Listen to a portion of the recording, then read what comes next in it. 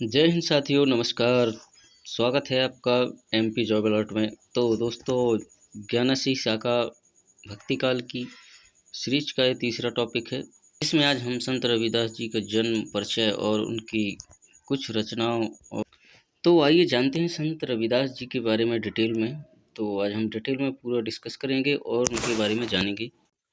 संत रविदास जी का जन्म हुआ था, वह काशी उत्तर प्रदेश में हुआ था, लगभग 1398 ईस्वी में। जो संत रविदास जी थे वो भक्ति काल की निर्गुण काव्यधारा की ज्ञानाश्री शाखा के प्रमुख कवि माने जाते थे। तो इसमें इनके देखिए अलग अलग उपनाम थे, जैसे कि संत रैदास को संत रविदास भी कहते थे, रामदास भी, और गुरु रविदास और संत रविदास के नाम से भी जाना जाता था। अब इनके पिता का क्या नाम था? संतोख दास, है ना, और कहीं कहीं रघु भी मिलता है। तो इनके पिता का नाम क्या था? रघु या संतोख दास था। और इनकी माता का नाम क्या था? इनकी माता का नाम था कलसा देवी बताया जाता है। रैदास जी ने साधु संतों के सत्संग से प्राप्त ज्ञान प्राप्त किया था, लेकिन उनके पिताजी जो थे वो जूते बनाने का, जो इनका पैतृक व्यवसाय था वो क्या था?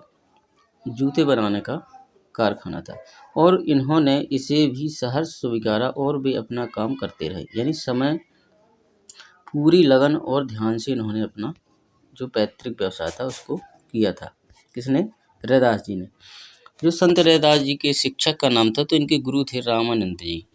इनके गुरु रामानंद जी थे, जो कि काशी के एक बहुत बड़े विद्वान महान व्यक्ति हुआ करते थे।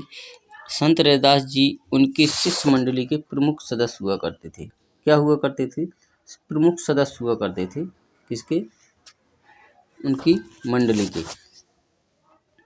कहा जाता है कि वे अनपढ़ थे, किंतु संत साहित्य के ग्रंथ और गुरु ग्रंथ साहिब में इनके पद पाए जाते हैं।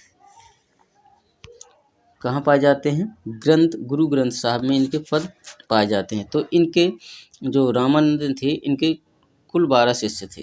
कितने थे? 12 शिष्य थे। 12 शिष्यों में रैदास कैसे थे? प्रमुख शिष्य माने जाते थे इनके।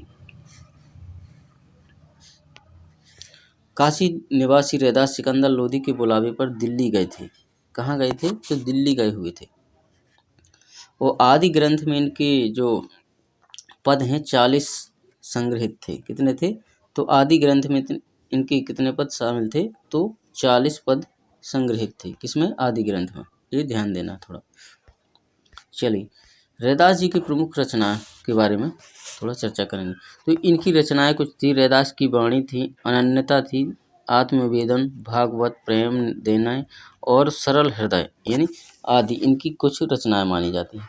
इसके अलावा इन्होंने अपने बहुत से पद गुरु ग्रंथ साहिब में भी संकलित किए हैं, है ना। तो जो कि रैदास क्या थे? संत कवि माने जाते थे। और इसके अलावा देखिए अलग अलग विद्वानों ने इनके बारे में अलग अलग व्याख्या की है। और इनको कबीरदास ने क्या कहा था? तो इनको कबीरदास जी ने कहा था कि संतन में रैदास, यह उपाधि दी थी। क्या दी थी? तो यह उपाधि दी गई थी किसको? रैदास जी को। किसने कहा था? कबीरदास जी ने। कबीर ने कहा था कि संतन में रैदास। किसको कहा था? तो यह रैदास जी को कहा था कबीरदास जी ने। और रैदास की शिष्या थी एक जो मीराबाई, है ना। तो मीराबाई ने अपने गुरु से प्रभावित होकर कुछ पंक्तियाँ लिखी थी, है ना। इनके लिए कुछ पंक्तियाँ भी लिखी हुई थी, जैसे कि गुरु मिलया रैदास जी, है ना। तो ये कुछ फैक्ट याद रखना है।